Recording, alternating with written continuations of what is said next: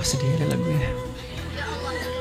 Overthinking, merasakan overthinking ditinggalkan, merasakan overthinking yang berlebihan. Sebelum Rasulullah itu Allah healingkan, Rasulullah itu juga pernah overthinking bolak-balik naik Gua Hiro. Naik Gua Hiro, turun lagi. Ada yang pernah naik Gua Hiro? Amin ya Allah, semoga semua kita Allah izinkan, Allah pantaskan untuk bisa menyentuh Ka'bah. Amin. Di Gua Hiro itu ada satu lubang kecil gitu, ya. Ada satu lubang kecil di situ. Rasulullah itu selalu ketika dalam keadaan overthinking naik Gua Hiro. Itu jarak naik Gua Hiro dari kita bawah itu 3 jam.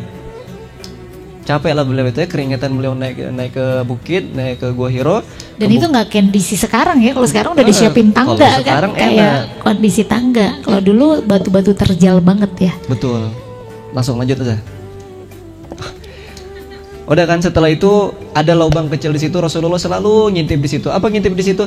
Lubang kecil itu selalu menghadap ke Ka'bah. Disitulah kemudian Rasulullah melihat orang-orang itu menjadikan Ka'bah yang harusnya kita sembah, yang harusnya kita menjadikan arah kiblat kita, di situ malah dijadikan kayak tempat mabuk, kayak tempat penyembahan berhala mereka, kayak kemudian tempat maksiat, tempat menyekutukan Allah. Pokoknya di situ Rasulullah semakin sedih karena kebetulan ketika itu udah berlangsung berapa lama Rasulullah merasa ditinggalkan oleh Allah.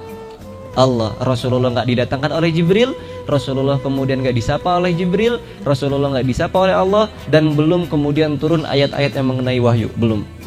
Rasulullah merasa terhilangkan. Rasulullah merasa yang tadinya adalah something kemudian menjadi nothing. Jadi kosong lah di situ Rasulullah.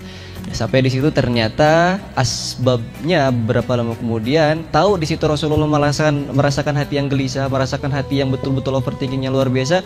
Baru di situ Allah turunkan surah 93 ayat 3. Udah kayak suami antum ya. Surah ke-93 ayat 3. Apa Allah kata situ?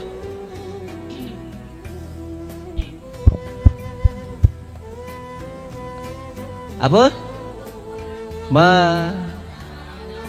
Ma wadda'aka rabbuka wa ma qala. Yang di belakang dapat?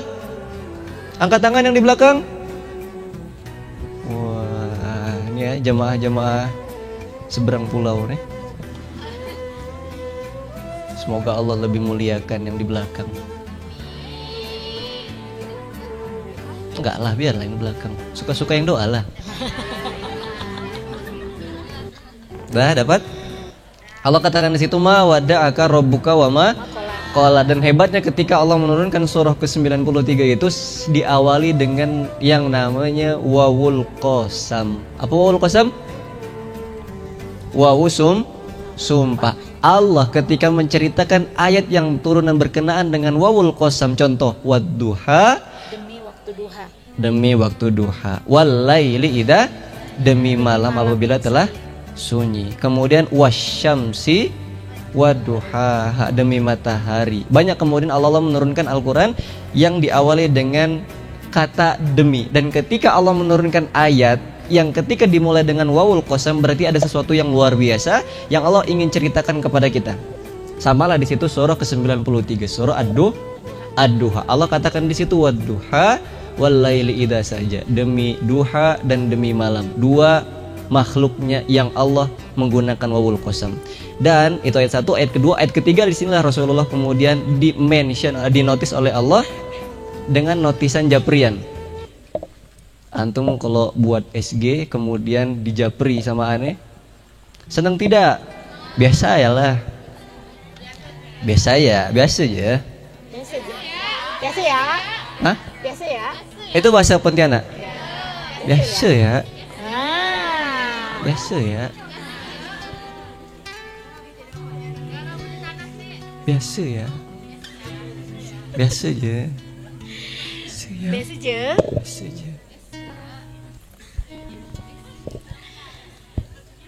Apalagi kalau yang DM japri langsung Allah ya. Wah, tuh. Oh itu tadi lupa saya mau ngomong apa. Saya tahu, makanya saya coba bantu mengingatkan. Ya makasih ya. Ma wadda'aka rabbuka wa ma. Notis langsung dari sang pemilik alam semesta, notis langsung dari pencipta kita, notis langsung dari pemilik langit dan bumi kepada Rasulullah, ma wadda'aka rabbuka wa ma qala. Karena Rasulullah tadi merasa dirinya itu something dan kemudian menjadi penting. Disitulah Allah mengatakan, ya Muhammad, apa artinya? Sesungguhnya Tuhanmu tidak meninggalkanmu dan tidak pula membencimu. Dan hebatnya di sini Allah menggunakan kalimat ka dan ka. Ma wadda'aka rabbuka wa ma qala, dan Tuhanmu tidak pula membencimu, Rabbmu tidak membencimu. Jadi ibaratnya kayak gini, wahai Muhammad, sesungguhnya Rabbmu tidak akan membencimu. Jadi ibarat kayak gini, Umi ini ngomong, contoh saya anaknya Umi ini, Umi bilang ke saya anaknya, dia bilang, Agam, Umi gak ninggalin kamu dan Umi gak bakal ngebenci kamu. Mana beda dengan kalimat, Agam, aku gak ninggalin kamu dan aku gak benci kamu. Tapi ketika Umi ini bilang, Agam, Umi gak ninggalin kamu dan Umi gak membenci kamu, mana yang paling syahdu? Umi. Nyambung? Nyambung gak?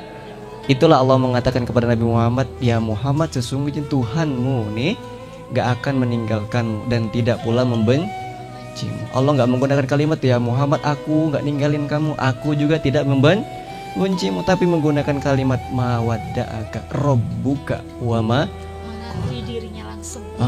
Langsung. Jadi kita tuh teman-teman, apalah yang kita risaukan, apalah yang kita kemudian rasa, ya Allah, Engkau ini tak adil, Engkau ini kayak ninggalkan kami, doa yang kami panjatkan kayak gak pernah sampai, apapun yang berkenaan dengan pundak kami Kau kasih berat. Allah itu tidak pernah salah dalam memilih pun, udah gak pernah salah. Allah yang ciptakan pundak kita, Allah juga yang bakal menguatkan pundak kita, pasti. Allah tidak pernah salah memilih pundak, tapi kita aja yang sering salah bersandar ya. Bersandar di pundak siapa gitu kan? Akhirnya salah bersandar. Bersandarnya harusnya ke Allah, tapi bersandar kepada makhluk yang lain, seperti itu. Dan itu yang menyebabkan akhirnya berakhir dengan overthinking tadi, salah satunya. Karena kita salah bersandar, seringnya bersandar pada sesuatu yang harusnya bersandar hanya kepada Allah. Nah, mungkin tadi yang dirasakan Rasulullah SAW pada saat beliau merasa, Allah kemana nih Allah, kok aku nggak di notice, tidak di mention sama Allah gitu ya. Terus apalagi di Ka'bah itu terjadi sesuatu yang subhanallah ya, dijadikan tempat maksiat. Beliau semakin merasa sendiri. Apakah waktu itu Khadijah sudah meninggal apa belum tuh ya kira-kira? Kalau nggak salah saya setelah Khadijah meninggal dan pamannya Hamzah juga meninggal ya. Nah, itu kesedihan Rasulullah yang luar biasa. Jadi kesedihannya tuh double saat itu. Sudahlah istri yang sangat mengabdi dan percaya sama beliau meninggal, paman yang paling dicintai dan mencintainya juga meninggal. Jadilah beliau tadi seperti dikatakan Mas Ragam, I am nothing gitu ya, saya bukan siapa-siapa.